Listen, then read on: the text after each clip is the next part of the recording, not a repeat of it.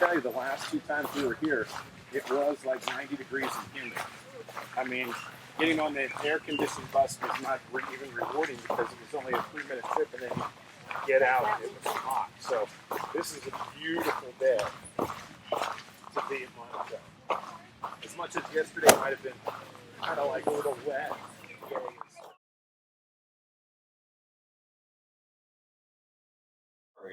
For any instructor there that doesn't know what we know about taking students on trips. They don't if know they what knew missing. And they were dedicated instructors, they would jump at the chance They to do do this in a something second. like that. They do it in a second.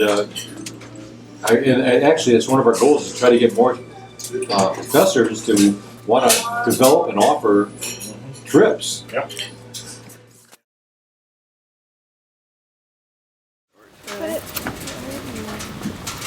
Do you have a sweatshirt? No.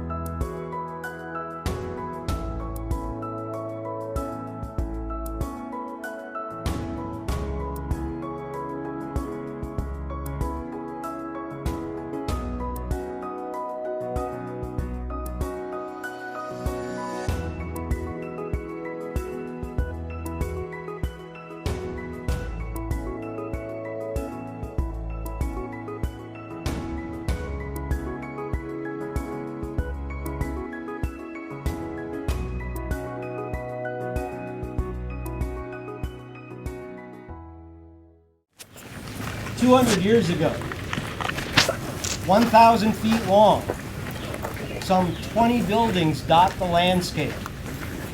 And this is the main street of a vibrant enslaved community, living and working on Mulberry Row or coming up from the fields below to visit. Thomas Jefferson was an active and engaged slave master. Well, he decides the fates of those that are enslaved here at Monticello. How does that process work? Between the age of 6 and 10, the enslaved children of Monticello are babysitting. They're watching over their younger brothers and sisters while their moms and their dads and their older siblings are working for Jefferson. And between 10 and 16, the enslaved children are put to work by Jefferson, in his words, to judge their character and then make a decision if they'll be taught a skill or a trade, perhaps find themselves in the great house above, or be sent into the ground, Jefferson's term for those working in the wheat fields of Monticello below us. Monticello is a wheat plantation. To supplement his income, Jefferson establishes light industry. Those girls between 10 and 16 are weaving flax into linen in the white building beyond. And those young men are making nails for sale. Barrels are being made for sale. Blacksmithing services being offered to the local community. Nail rod is sent to Monticello from Philadelphia. And Building L served many purposes. It was a nail making operation. How do you make a nail by hand? These are 2 handmade nails. You need a forge to heat that nail rod. You need a hammer and a vise. That hot nail rod is cut into the desired length, placed into the vise, point hammered on, and a head is hammered on. 20 to 30 blows with a hammer, and you can make a nail. Nail making at Monticello. 14 hours a day, 6 days a week. Well, how many nails do you think a person would have to make a day so that Jefferson would decide that that person was worthy of being taught a skill or a trade? 200. 200?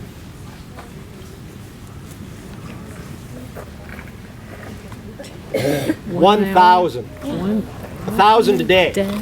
That's not 1,000 on a good day. That's 1,000 day after day, 14 hours a day, 6 days each week. Well, not many people can make 1,000 nails a day.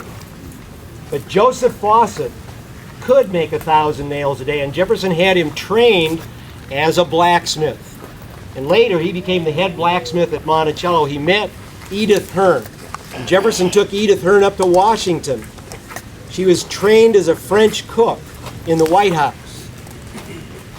and became the head cook at Monticello in Jefferson's retirement. Joseph Fawcett, Edith Hearn married, and they have a family here on Mulberry Row, 9 children. On the other hand, Minerva, well, she was sent down to Lego Farm, working in the wheat fields below. She met Bagwell Granger. Well, they married. They had a family. They had 10 children. They're living and they're working in the wheat fields of Monticello. When their work for Jefferson is done, sunrise to sunset, they have a small plot of land by their dwelling and they raise vegetables in their spare time. Sunday is the day of rest at Monticello. Mulberry Row on a Sunday. The enslaved community would come up from the fields. People would gather here along Mulberry Row. The skilled community, the unskilled from the wheat fields. What are they doing here on a Sunday? There might be a prayer service. What else are they doing? They're socializing. They're getting the gossip of the previous week. And Minerva Granger brings those vegetables that she raised up the mountaintop. She's selling them to Jefferson's daughter, Martha. And those vegetables are cooked by Edith Fawcett and then served to Jefferson family, all those visitors to Monticello. And the Fawcett and the Granger family are here in slavery when Jefferson dies on July 4th, 1826. And we'll talk more about that in a moment. But we see that Jefferson has a reward system for performance. What about punishment? Is that happening here? There's no record of Jefferson ever personally whipping a slave, but he doesn't run Monticello alone. He hires overseers to manage the plantation and to carry out his orders. And those are men like Edmund Bacon. Those are men like Gabriel Lilly. Gabriel Lilly. This is what people said about Gabriel Lilly, that he would whip a slave for the sport of it. Travel the plantation, a pistol on each hip and a whip in his hand. One of Jefferson's free white craftsmen said that Gabriel Lilly was completely illiterate, frequently drunk, and prone to violence. Jefferson himself wrote a letter to his son-in-law expressing his concern that Lilly's violence was degrading the enslaved population here, that Lilly was too quick with the whip. But Jefferson also writes his son-in-law, I can never get a man who fulfills my purpose better than Lilly does. Well, there's two sides of Jefferson. He condemns the whip, but then he praises Gabriel Lilly, whose results are achieved through the use of the whip. Well, ladies and gentlemen, questions I might answer for you here. Were the overseers white or black? Were the overseers white or black? All of the overseers at Monticello were white with one exception. George Granger is a slave at Monticello. And as an experiment, Jefferson appoints him as an overseer. So imagine George Granger's predicament. He's trapped between two worlds. Who's he serving? Who's he punishing? His own family, his own community. Not long after George Granger became the overseer at Monticello, he died under mysterious circumstances. Other questions? What's that little building there? The little building there is Jefferson's Garden Pavilion, a place where Jefferson would go to look out over the plantation and to contemplate, to think big thoughts. Watch the flowers grow. Right? Yeah, there you go. Man. Was there ever any kind of uprising from the slaves here with Willie? Or did they kind of just step back out of fear? There's no rebellion here at Monticello. There are rebellions at other places throughout Virginia. And there are runaways from Monticello. We don't know the exact number, but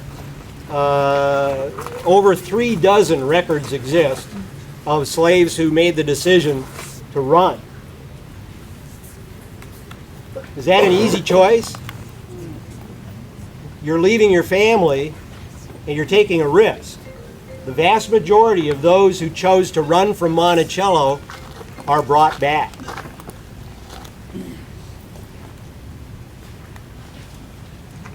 And then Jefferson does two things. What do you suppose he does?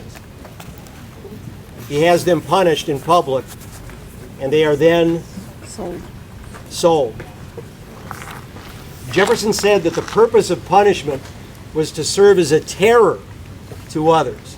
Well, he handed out a dreaded punishment as a result of an incident in that nail-making operation. Well, imagine this. You got a dozen teenagers, 14 hours a day in a hot room, they're making nails. If you put a dozen teenage boys into a hot room for 14 hours today, what would happen?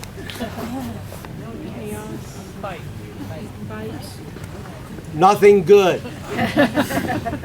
As a joke, Brown Colbert hid the nail rod of his friend Carey, but hiding that nail rod, what did that mean to Carey? Can't produce. Who runs the nailery for Jefferson? Gabriel Lilly.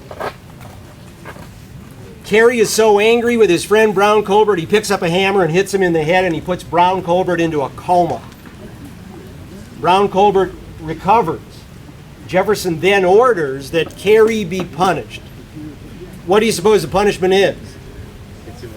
A whipping? Hit him with a hammer?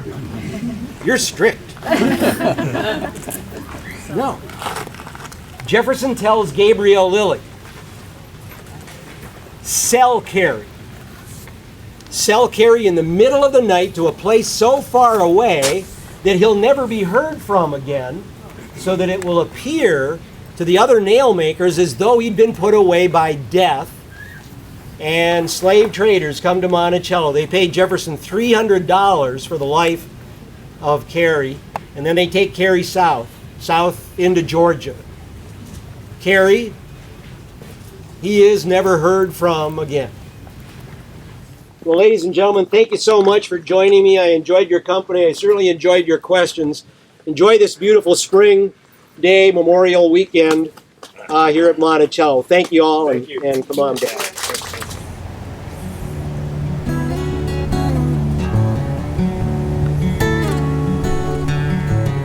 And he says, justice.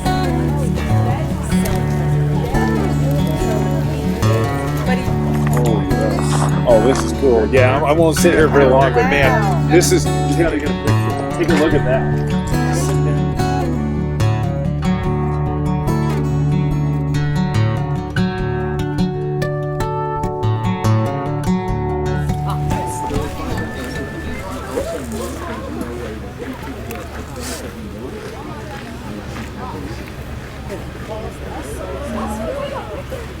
And he says slavery is like a wolf by the ear.